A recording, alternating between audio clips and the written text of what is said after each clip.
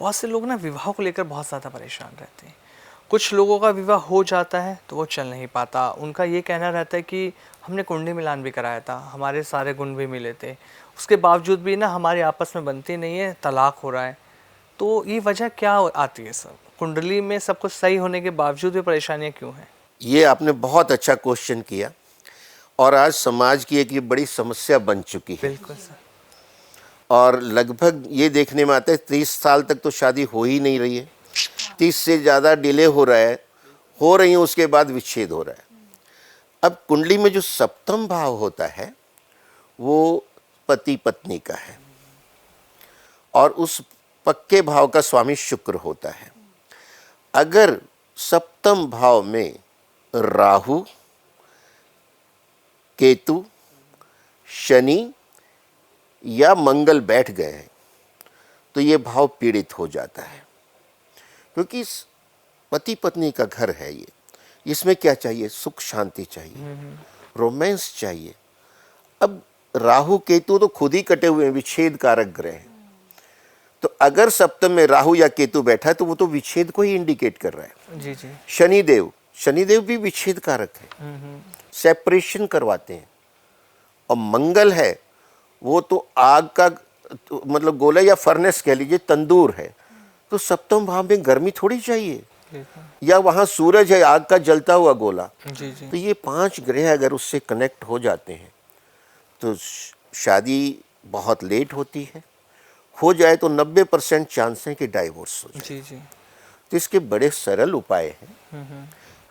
पहली बात तो ये है कि गुण कितने ही मिल जाए, लेकिन आपस की अंडरस्टैंडिंग बहुत ज़रूरी है। बिल्कुल सर। आजकल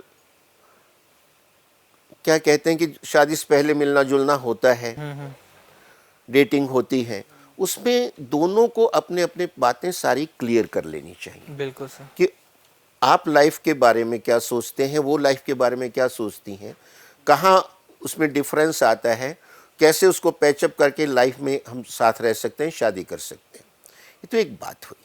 दूसरा, अगर कुंडली में टोटल 36 पॉइंट होते हैं जो मिलाए जाते हैं, 36 गुण होते हैं। जी जी। वो टोटल उसमें 8 चीज़ें हैं। जैसे उसमें जो है गण आता है, नाड़ी आती है, और इस तरह से और चीज़ें हैं। मैत्री आती है, मैत्री भी आती है उसमें, जो 5 नंबर की होती है 36 में से। तो मान लीजिए उसमें आपके 25 मिल गए तो 18 पास मार्क्स होते हैं, 25 ठीक है, ओके है। 30 भी मिल गए, बहुत ही अच्छा है। लेकिन विचार नहीं मिल रहे, बैकग्राउंड नहीं मिल रहा, प्रोफेशन की मजबूरी है। मान लीजिए आपकी पोस्टिंग दिल्ली में है, वो गवर्नमेंट जॉब में लखनऊ में है जी। या बॉम्बे में है, तो साथ तो रह नहीं पाते। विजिटिंग हस्बैंड वाइफ हो गए आप। जब छुट्टी मिली महीने में एक बार या 2 महीने में आप चले गए, वो आ गए, तो ये कोई बात नहीं मिलती। ये सारी चीज़ों को देखना है गुण के साथ साथ। अब अगर सप्तम भाव में राहु है तो उसका उपाय ये है कि लगभग 100 ग्राम का चांदी का सॉलिड हाथी बनवाइए। अच्छा। खोखला, हॉलो नहीं होना चाहिए। और उस हाथी से डबल साइज की चांदी की डिब्बी बनवाइए ढक्कन के साथ। चांदी के हाथी को सोमवार को कच्चे दूध और गंगा जल में धो के चांदी की डिब्बी में रख दीजिए और उसको गंगा जल से भर दीजिए। लाल किताब के हिसाब से राहु क्या है? हाथी है। और चांदी क्या है? चंद्रमा है। और गंगा जल भी चंद्रमा है। जी जी। यानी जब राहु को चंद्रमा की मदद दी जाएगी तो वो शांत हो जाएगा। चंद्रमा माँ है, माँ के सामने बच्चा शैतानी नहीं करता, या माँ डांट दे तो चुप कर जाता है, मान जाता है। तो आपने राहु रूपी हाथी को चांदी के रूप में लिया, गंगा जल से उसको कवर कर दिया, पूरा उसमें डूब गया, शांत हो गया। और हर मंडे को उसका ढक्कन खोलिए, थोड़ा पानी तो सूखेगा, उसको टॉप अप करते रहिए।